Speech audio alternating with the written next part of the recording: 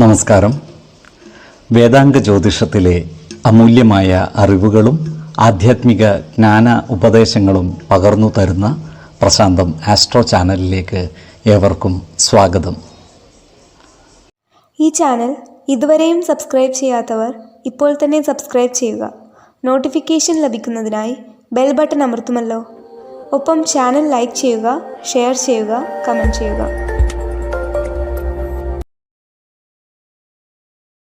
കൊല്ലവർഷം 1199 മിഥുന സംക്രമം ഉത്രം നക്ഷത്രത്തിലാണ്.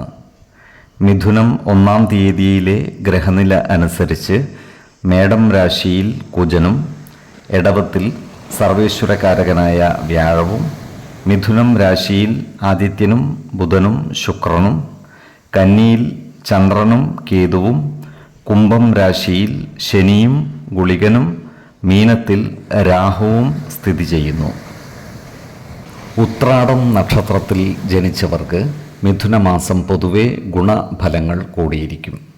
ഈ നക്ഷത്രക്കാരുടെ കുടുംബത്തിൽ സുഖവും സമാധാനവും നിലനിൽക്കും.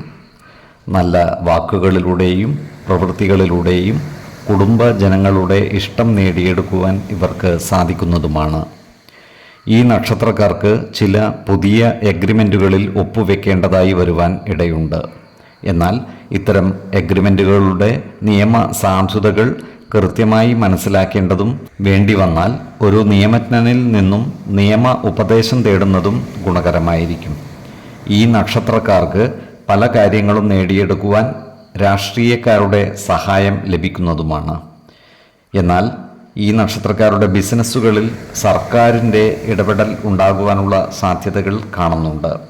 അതിനാൽ ബിസിനസ്സിൽ പുതിയ മാറ്റങ്ങൾ കൊണ്ടുവരുമ്പോഴും വികസനം ഏർപ്പെടുത്തുമ്പോഴും പുതിയ ബിസിനസ്സുകൾ ആരംഭിക്കുമ്പോഴും നിയമപരമായ കാര്യങ്ങളിൽ കൃത്യത വരുത്തേണ്ടതും സർക്കാർ നിർദ്ദേശിക്കുന്ന രീതികൾ പിന്തുടരേണ്ടതുമാണ്.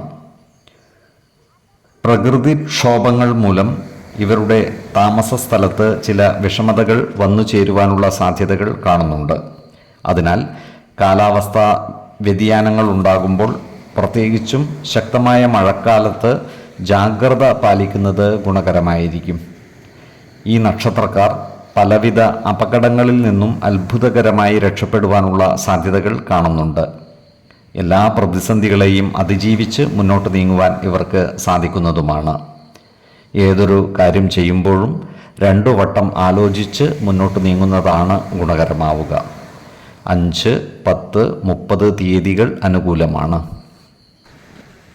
ഈ നക്ഷത്രക്കാർ ജനിച്ച സമയത്തെ അടിസ്ഥാനമാക്കിയുള്ള ജാതകത്തിലെ ലഗ്ന രാശിയുടെയും ലഗ്ന അധിപന്റെയും സ്ഥിതിയും ശുഭ-പാപ ഭാവങ്ങളുടെ സ്ഥിതിയും ഓരോ രാശിയിലെയും ഗ്രഹങ്ങളുടെ സ്ഥിതിയും അനുസരിച്ച് ഇവരുടെ പൊതുഫലത്തിൽ ഏറ്റക്കുറച്ചിലുകൾ ഉണ്ടാകുവാനിടയുണ്ട്. കുടുംബ ദേവതകളെയും ഇഷ്ടദേവതകളെയും ഉപാസിക്കുന്നത് ഇവർക്ക് ആയുരാരോഗ്യ സൗഖ്യമേകും. ഇഷ്ടദേവതാ മന്ത്രം 108 തവണ ദിനംതോറും ലിഖിത ജപം ചെയ്തു വരുന്നത് ഇവർക്ക് സർവ ഐശ്വര്യങ്ങളുമേകും. നല്ല വ്യക്തി സാധനകളോടെയും ഉപാസനകളോടെയും മുന്നേറിയാൽ സർവേശ്വരാനുഗ്രഹത്താൽ ഇവരുടെ സർവകാര്യങ്ങളും മംഗളകരമാകും. നന്ദി, നമസ്കാരം.